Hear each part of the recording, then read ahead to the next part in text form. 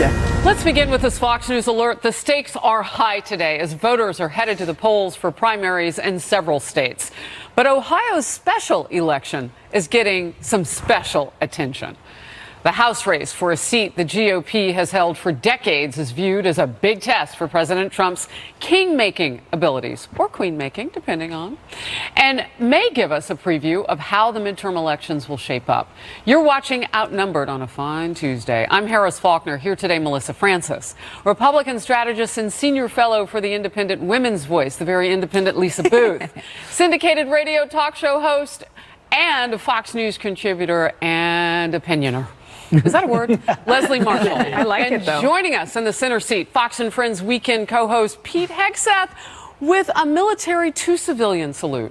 Absolutely. On Outnumbered. We appreciate that. Thanks. Also, I like know you do. the matching socks and tie. Why not? No, did you catch it? It's the more than shoelaces that. Right. and The the bottom of the shoelaces. shoe, the socks, and It's a little the too tie. much. But No, we- no, it's not. relax? I like it. Ladies are No, great. it's perfect What I for like- a summer Tuesday. Exactly. What I There like you is go. how you color coordinated his tie with my dress. No, how I like a little color wheel. You're always- All right, we better move on. You We're didn't getting even bored. need to with Pete. He did it on his own. Polls showing a dead heat in that special election in Columbus, Ohio area. Republicans have been pouring in resources and Democrats pushing hard for an upset. The two candidates, Democrat Danny O'Connor, Republican Troy Balderson, casting their ballots today. President Trump endorsing Balderson and speaking at a recent rally for him. The president today tweeted, Ohio, vote today for Troy Balderson for Congress. His opponent, controlled by Nancy Pelosi, is weak on crime, the border, military vets, your Second Amendment, and will end your tax cuts. Troy will be a great congressman. President Trump, with a pretty good record on his endorsements of the Republican candidates so far this year, 20-1 to be exact. And while the president looms large over the Ohio race, today's special election is also raising some big questions about the larger picture for both political parties headed into November. Watch it. You do have a base there that is very much pro-Trump, but you need moderate Republicans, right? You need a lot of moderate women to also who've been leaning Republican to break your way. And why that district is so tight? I mean, it's a 20-plus Republican registration district. It shouldn't be close. Well, it's certainly closer than it should be based on the polling that we've seen. But also remember that polling in a special election in a place like this is notoriously difficult to predict.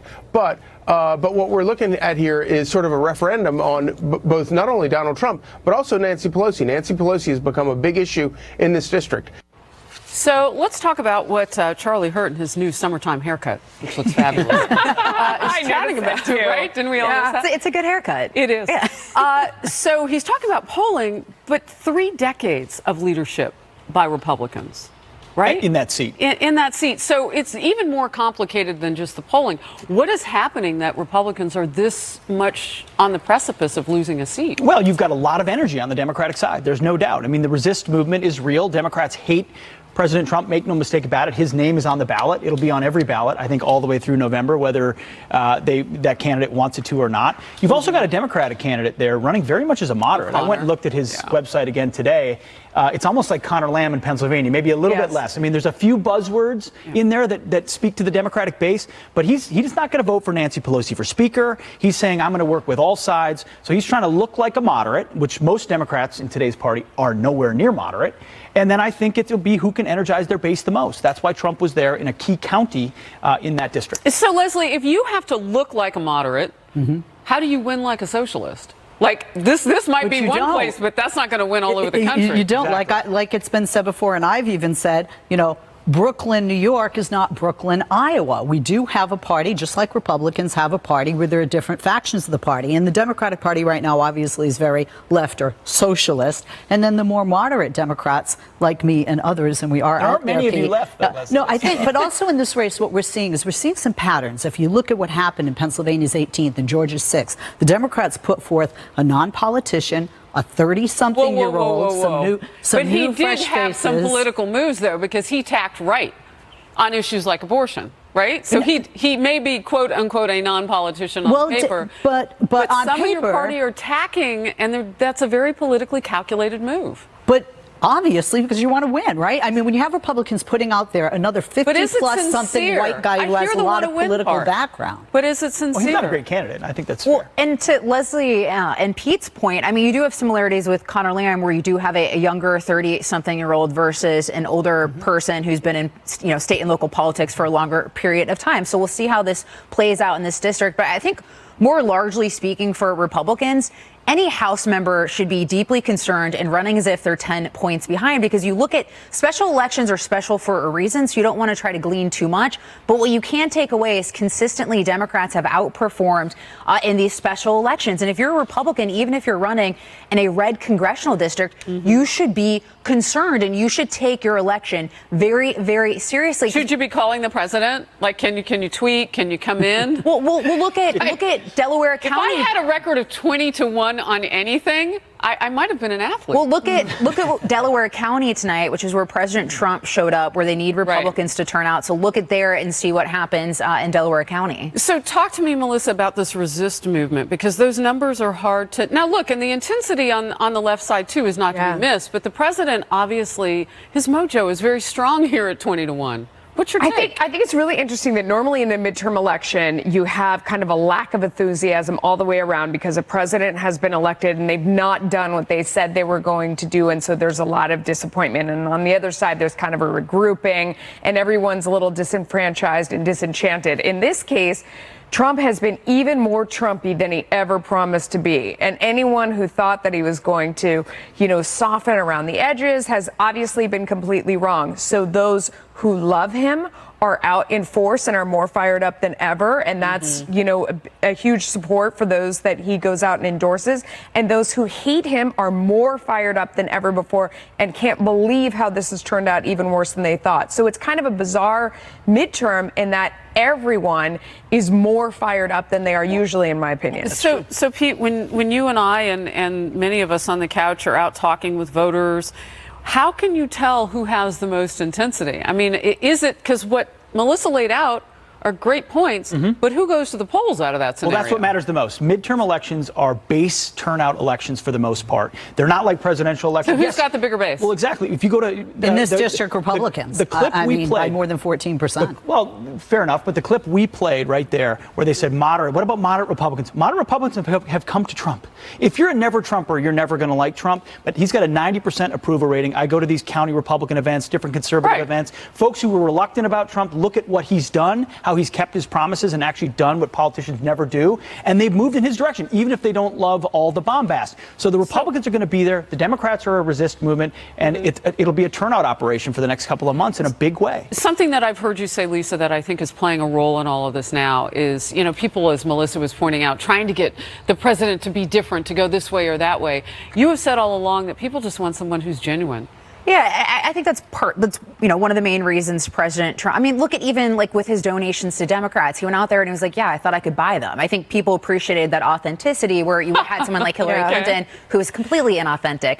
But I will say I've worked during in campaigns on a couple different wave elections. One, I don't think we know if this is going to be one yet, but I remember even Melissa Bean's seat in Illinois. We had no idea that Joe Walsh was going to win that seat when I was working at the NRCC. So we don't really quite know how this is going to play out. I think we're going to know more after Labor Day in looking at polling and seeing where things are swinging. But Republicans should be concerned, even just historically, in the fact that Republicans have both bodies of Congress and the White House right now. So I think it's interesting to see, if I could just say real quick, President Trump, so funny because he is, we're in communications and stuff. He's so great at marketing. I've heard him say so many times, Troy on Tuesday, Troy on Tuesday, Troy on Tuesday. And as he repeats that, it's meaningful the way he goes out and kind of helps market for candidates. Go ahead. So, Leslie, I saw you as Lisa was talking, nodding your head. Why? That's always nice. Because like she said, Republicans need to be concerned. Remember, this district in Ohio is not going to be the indicator of a blue wave by a victory necessarily, but also looking at a margin. Classic no. If we win and we lose, we Melissa's going to like this. I'm going to say something. Okay. She's going to say I like it. Numbers, right? You like numbers, right? You're good at numbers. And this comes down to numbers. I mean, there are more Republicans and more Republican money now that's coming in. Before the Democrat was up on the dollars. Of course, they want to win. The Democrats historically have not come out, and there are just numerically more Republicans to go out and vote than there are Democrats. However, If you look at these margins and you have 23 seats, even if it doesn't bring it down to 22 in Ohio, the overwhelming majority are in my state, California. And Okay. Does Melissa like it? We got it, all politics is local, is what I will say there. All politics is also national. The Iran sanctions back on as of midnight this morning. The Trump administration reimposing the first batch of economic penalties since President Trump decided to scrap the nuclear agreement back in May, calling it, quote, the worst deal ever negotiated. The president today tweeting, the Iran sanctions have officially been cast. They are the most biting sanctions ever imposed, and in November they ratchet up to yet another level. Anyone doing business with Iran will not be doing business with the U.S. I am asking for world peace and nothing less. National Security Advisor John Bolton says the sanctions are already having an impact. We think the sanctions that went into effect at midnight actually began to have an effect back in May when the president pulled out of the wretched Iran nuclear deal because many businesses around the world didn't want to risk losing business in the United States in order to continue to do business with Iran. So the implications are already pretty profound. They'll grow more profound in November when the oil-related sanctions kick in as well. But House Democratic leader Nancy Pelosi slamming the president, saying in a statement, quote, far from making us more safe, the president's latest ill-informed attempt to dismantle the successful Joint Comprehensive Plan of Action makes America and our allies less secure. This counterproductive action only diminishes America's international credibility, erodes our relationships and with our NATO and EU allies, and sets back the path towards a more stable region and peaceful non-nuclear future. But reimposing the sanctions may be already having the intended effect. Iran's president saying his country is open to negotiations with the U.S. if there is, quote, sincerity. Pete, I'll ask you first. I mean, you look at, if you say you can do business with us or you can do business with them, Europe leapt in because they wanted to do business with Iran. They saw it as a large untapped market. There was young people, they were going to buy iPhones, they were going to drink Coca-Cola, they were going to be democratized. That has not happened. None of the money got to them. And if you look at it, there is rioting in the streets.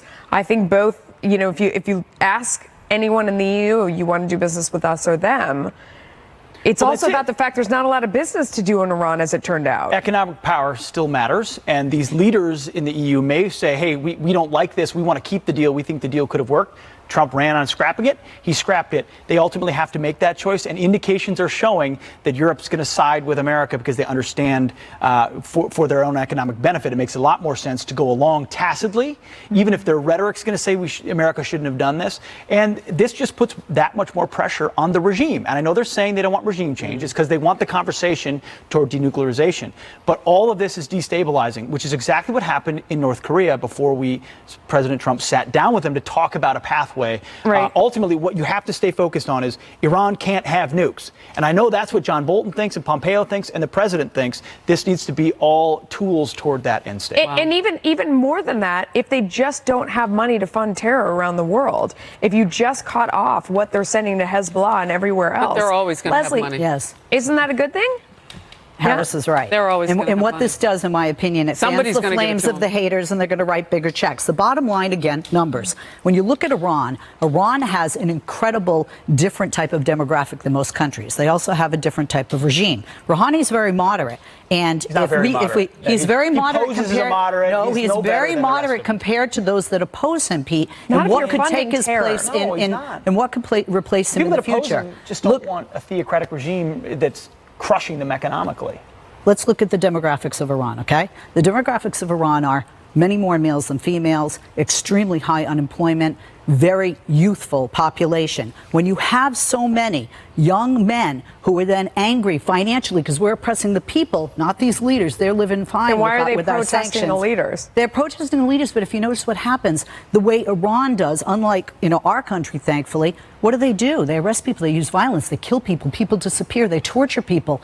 These people will rise up not just to get what's the solution? No, we don't punish the people for a deal that's not going to happen. Chose not to pay attention to that to that rise, it made it very complicated. It almost tacitly said to that government, which is so rapacious in terms of how it treats its citizens, yeah, go ahead, lock them up and kill them. I mean, we had an opportunity to get right in there, and I see you nodding. You know, because you're a veteran, you're a military veteran. We had that opportunity. We decided to say nothing and not stand with the people. To do it without guns and to do it with peace, but we didn't. We sat down, we sat on our hands while they were trying to have a revolution. We might have been able, even with social media and what we could do, we might have been able to make a difference. Well, I think the Iranians see President Trump differently than President Obama. And one thing I will point out is you look at Iran's Navy and the hostilities we saw under President Obama and the harassment we saw, particularly, remember, just, mere weeks after the Iran deal was cut, they put our 10 sailors on their knees and shot it for propaganda purposes. Well, guess what? Those harassments are basically at zero.